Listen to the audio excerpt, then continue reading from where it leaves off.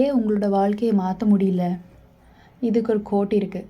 பைத்தியக்காரத்தனம் என்ன அப்படின்றது, பண்ணுறதே திரும்ப திரும்ப பண்ணி வேறு மாதிரி ஒரு ரிசல்ட்டை எதிர்பார்க்குறது. பேசிக்காக உங்களோட வாழ்க்கையிலே நீங்கள் இப்போ என்ன பண்ணுறீங்க, எந்த மாதிரி ஒரு பழக்கங்கள் வச்சுருக்கீங்க அப்படின்றது பொறுத்து தான். நீங்கள் எப்போதுமே பண்ணுறதே பண்ணிவிட்டு வேறு மாதிரி ஒரு ரிசல்ட்டை எதிர்பார்த்தா கண்டிப்பாக அது எதுவுமே மாறப்போகிறது கிடையாது. நீங்கள் உங்கள் வாழ்க்கையை மாற்ற சில விஷயங்கள் கண்டிப்பாக மாற்றியே ஆகணும். உங்கள் பழக்க வழக்கங்கள், உங்கள் சுற்றி இருக்கிற மனிதர்கள், நீங்கள் பேசுகிற வார்த்தைகள், உங்களோட நம்பிக்கை, உங்களோட எண்ணங்கள் இது எல்லாமே நீங்கள் கண்டிப்பாக மாற்றணும். இல்லைன்னா எதுவுமே மாறப்போகிறது கிடையாது. இதுக்கு ஒரு எக்ஸாம்பிள் சொல்கிறேன். ஒரு ஸ்டோரியில் 2 நண்பர்கள் இருந்தாங்க. ஒருத்தர் நல்ல வேலைக்கு போயிட்டு சம்பாதிக்கிறாங்க. இன்னொருத்தர் வேலைக்கு போகிறாங்க. ஆனால் நிறைய கடன் பிரச்சனை. தகுதிக்கு மீறி கடன் பண்ணியிருந்தாங்க. ஆனால் டைம் கடன் தீர்க்க அவங்களோட நண்பர்கிட்ட காசு வாங்கி தரேன்னு ஏமாற்றி விட்டுறாங்க. 2வது முறையும் அதே மாதிரி நடக்கும். 3வது முறையும் அதே மாதிரி ஏமாந்து போவாங்க. இதில் தப்பு யாரோடது அப்படின்னு நீங்கள் நினைக்கிறீங்க? கடன் வாங்கிட்டு அடிக்கடி ஏமாத்துறவங்களோடதா, இல்லை அடிக்கடி ஏமாந்து போகிறவங்களோடதா? கண்டிப்பாக அடிக்கடி ஏமாந்து போகிறவங்களோடது தான்.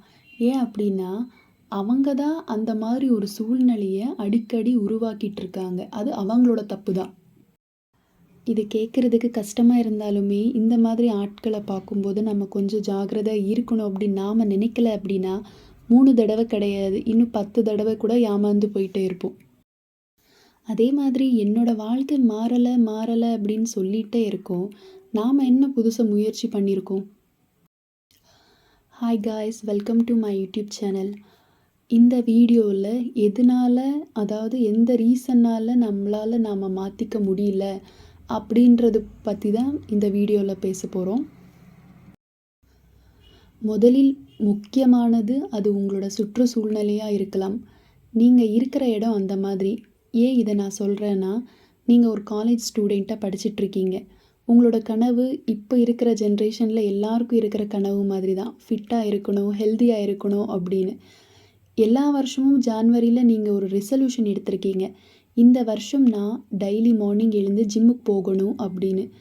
முதல் வாரம் எல்லாமே நல்லா எந்திரிச்சு 6 மணிக்கு அலாரம் வச்சு ஜாகிங் ஷூஸ் ரெடியாக போட்டு ஜிம் பேக்கெல்லாம் பேக் பண்ணி கிளம்பியாச்சு. இதெல்லாமே உங்களுக்கு பார்க்கும்போது உங்கள் மேலேயே ஒரு செல்ஃப் கான்ஃபிடெண்ட்டாக இருக்கும். உங்களை நீங்களே பெருமையாக ஃபீல் பண்ணுற மாதிரி இருக்கும். ஆனால் சில நாட்களுக்கு பிறகு உங்களோட சுற்றுச்சூழல் உங்களுக்கு எதிராக மாற ஆரம்பிச்சிருக்கும்.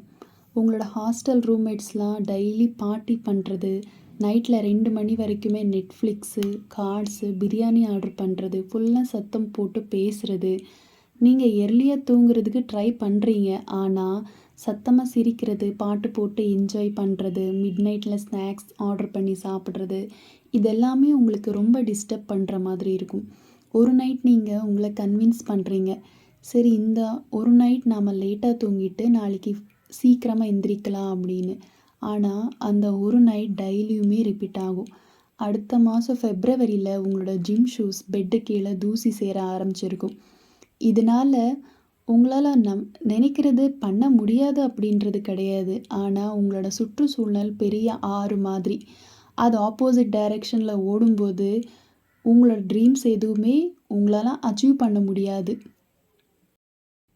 இதனால் உங்களால் நீங்கள் நினைக்கிறது பண்ண முடியாது அப்படின்றது இல்லை. ஆனால் உங்களோட சுற்றுச்சூழல் பெரிய ஆறு மாதிரி. அது ஆப்போசிட் டைரெக்ஷனில் ஓடுது. அது உங்களையும் உங்களோட ட்ரீமை அச்சீவ் பண்ண விட மாட்டேங்குது. நீங்கள் இந்த மாதிரி ஒரு சூழ்நிலையில் இருந்து பார்த்துட்டு உங்களால் எந்த கோலுமே அச்சீவ் பண்ணவே முடியாது அப்படின்னு சொல்லி நம்ப ஆரம்பிச்சிடுவீங்க. ஒரு மீனை கொண்டு போய் மீன் தொட்டியில் போட்டால் அந்த மீன் அந்த டேங்கை மட்டும்தான் பார்த்து வளரும். அதே ஒரு மீனை கொண்டு வந்து கடலில் விட்டோன்னா கடலில் அந்த மீனுக்கு ஏகப்பட்ட விஷயங்கள் பார்க்குறதுக்கு இருக்கும். அடுத்தது, நீங்கள் ஒரு டாக்ஸிக் கல்ச்சரில் இருந்திருப்பீங்க. இதுக்கு ஒரு எக்ஸாம்பிள் சொல்கிறேன். நீங்கள் ஒரு சாஃப்ட்வேர் கம்பெனியில் ஜாயின் பண்ணியிருக்கீங்க ரொம்ப பெரிய கனவுகளோட. அதே மாதிரி உங்களுக்கு new project, new team, new life கிடச்சிருக்கு. ஆனால் கொஞ்ச நாள்லேயே ரியாலிட்டி எல்லாமே விழ ஆரம்பிக்குது. உங்களோட மேனேஜர் நீங்கள் என்ன ஒர்க் பண்ணாலுமே ஒரு அப்ரிசியேஷன் பண்ண மாட்டாங்க. உங்கள் கூட ஒர்க் பண்ணுறவங்க எல்லாருமே நீங்கள் பண்ணுற சின்ன சின்ன விஷயங்களெல்லாம் அடிக்கடி சொல்லி காமிச்சிட்டே இருப்பாங்க. உங்களுக்கு மனசுக்கு கஷ்டம் கொடுத்துக்கிட்டே இருப்பாங்க. நீங்கள் எவ்வளோ ஹார்ட் ஒர்க் பண்ணாலுமே அதை ஹைலைட் பண்ணி பேச யாருமே இருக்க மாட்டாங்க. கொஞ்சம் கொஞ்சமாக உங்களோட மேலே கான்ஃபிடென்ஸே கம்மியாக ஆரம்பிக்கும். உங்களோட எனர்ஜி ட்ராப் ஆகிடும். நிறைய உங்களை பற்றியே நீங்கள் நெகட்டிவாக திங்க் பண்ண ஸ்டார்ட் பண்ணுவீங்க. இந்த மாதிரி ஒரு இடத்துல நீங்கள் வளரவே முடியாது. இதனால ஒரு நல்ல ஜாபை தேடி இந்த மாதிரி ஒரு வளரவே முடியாத சூழ்நிலையிலே நீங்கள் நல்ல ஜாபை பார்த்து போகிறது நல்லது. நீங்கள் எப்போதுமே இந்த மாதிரி ஒரு சூழ்நிலையில் இருக்கும்போது நீங்களாகவே இருக்க மாட்டீங்க. இந்த மாதிரி நடக்கும்போது உங்களால் யோசிக்க கூட முடியாது. உங்களுக்கு ஜஸ்ட் அந்த நாள் கடந்து போனால் போதும் அப்படின்னு இருக்கும். ஆனால் இந்த மாதிரி ஒரு டாக்ஸிக் கல்ச்சரில் நம்ம ரெகுலராக வாழ்ந்துட்டு நம்மளுக்கு பீஸ் அப்படின்னா என்ன அப்படின்னே தெரியாமல் இருக்கும். எப்போ அந்த சுச்சுவேஷன்லேருந்து வெளியில் வந்து பார்ப்போமோ அப்போ தான் நம்மளுக்கு அட கடவுளே, நம்ம இத்தனை நாள் நிம்மதி இல்லாமலே வாழ்ந்துருக்கோமா அப்படின்னு நம்மளுக்கு புரிய வரும். நெக்ஸ்ட் என்ன அப்படின்னு பார்த்தோம் அப்படின்னா, உங்களை நல்ல விதமாக சப்போர்ட் பண்ணுற ஆளுங்க கூட நீங்கள் இருக்க ஸ்டார்ட் பண்ணுங்கள். லைக் ஒரு ஃபேமிலி மாதிரி க்ரியேட் பண்ணிக்கோங்க. சப்போஸ் உங்கள் ஃபேமிலி ஆர் ரிலேட்டிவ்ஸ் உங்களை சப்போர்ட் பண்ணலை அப்படின்னா, யார் உங்களை என்கரேஜ் பாசிட்டிவாக நல்ல விஷயங்கள் பேசுகிறாங்களோ அந்த மாதிரி பீப்பிளை உங்கள் கூட யார் உங்களை என்கரேஜ் பண்ணி சப்போர்ட்டிவாக பாசிட்டிவான நல்ல விஷயங்கள் பேசுகிறாங்களோ அந்த மாதிரி ஆட்கள் கூட நீங்கள் இருந்து பாருங்கள். நீங்கள் திங்க் பண்ணுற விதானம் உங்களுக்கு ரிலேஷன்ஷிப்பில் ஆர் உங்களோட கெரியரில் பெரிய ஹெல்ப் பண்ணாக்கே பரவாயில்லை. அவங்க கூட அவங்க உங்களை நம்பி சில வார்த்தைகள் பேசுகிறாங்க. என்னால் முடியும், நீ கண்டிப்பாக ஜெயிப்பேன்னு நல்லா பெட்டராக அச்சீவ் பண்ண முடியும். ஒருத்தங்க சென்டென்ஸ் போதும் உங்களை நல்லா மோட்டிவேட் பண்ணி நீங்கள் க்ரோ ஆகிறதுக்கு. ரொம்ப ஃபோக்கஸ் பண்ணிட்டுருக்கீங்க. அதாவது மேபி உங்களோட ஃப்ரெண்ட்ஸாக நீங்கள் எப்பவுமே அவங்கள வெளியில் ஃபீல் பண்ணுறதுக்கு ட்ரை பண்ணிகிட்ருக்கீங்க.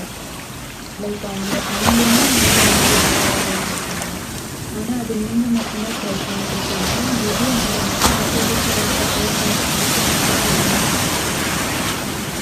நிறைய பேர் உங்களோட ஃப்ரெண்ட்ஸ் யாராவது ட்ரை பண்ணிகிட்ருப்பீங்க. பட் ஆனால் இது இப்படி ஒர்க் அவுட் ஆகாது. எப்போ உங்களால் நீங்கள் ஹெல்ப் பண்ணிக்க முடியல அப்படின்ற பட்சத்தில் எப்படி உங்களால் மற்றவங்களுக்கு ஹெல்ப் பண்ண முடியும்? நம்ம இந்த ஃப்ளைட்லலாம் பார்த்துருப்போம். அவங்க என்ன சொல்லுவாங்க, ஃபஸ்ட்டு ஆக்சிஜன் மாஸ்க்கு உங்களுக்கு நீங்கள் போட்டுக்கோங்க. அப்போ தான் உங்களால் மூச்சு கரெக்டாக விட முடியும். தென் நம்ம மற்றவங்களுக்கு ஹெல்ப் பண்ண முடியும். அதே விதத்தில் தான் நம்மளை ஃபஸ்ட்டு டேக் கேர் பண்ணிக்கல அப்படின்னா நம்ம மற்றவங்களுக்குமே முழுசாக ஹெல்ப் பண்ண முடியாது. ஸோ தென் இதோட இந்த வீடியோ முடிச்சுக்கலாம். So maybe 4 to 5 points பேசியிருப்பேன்.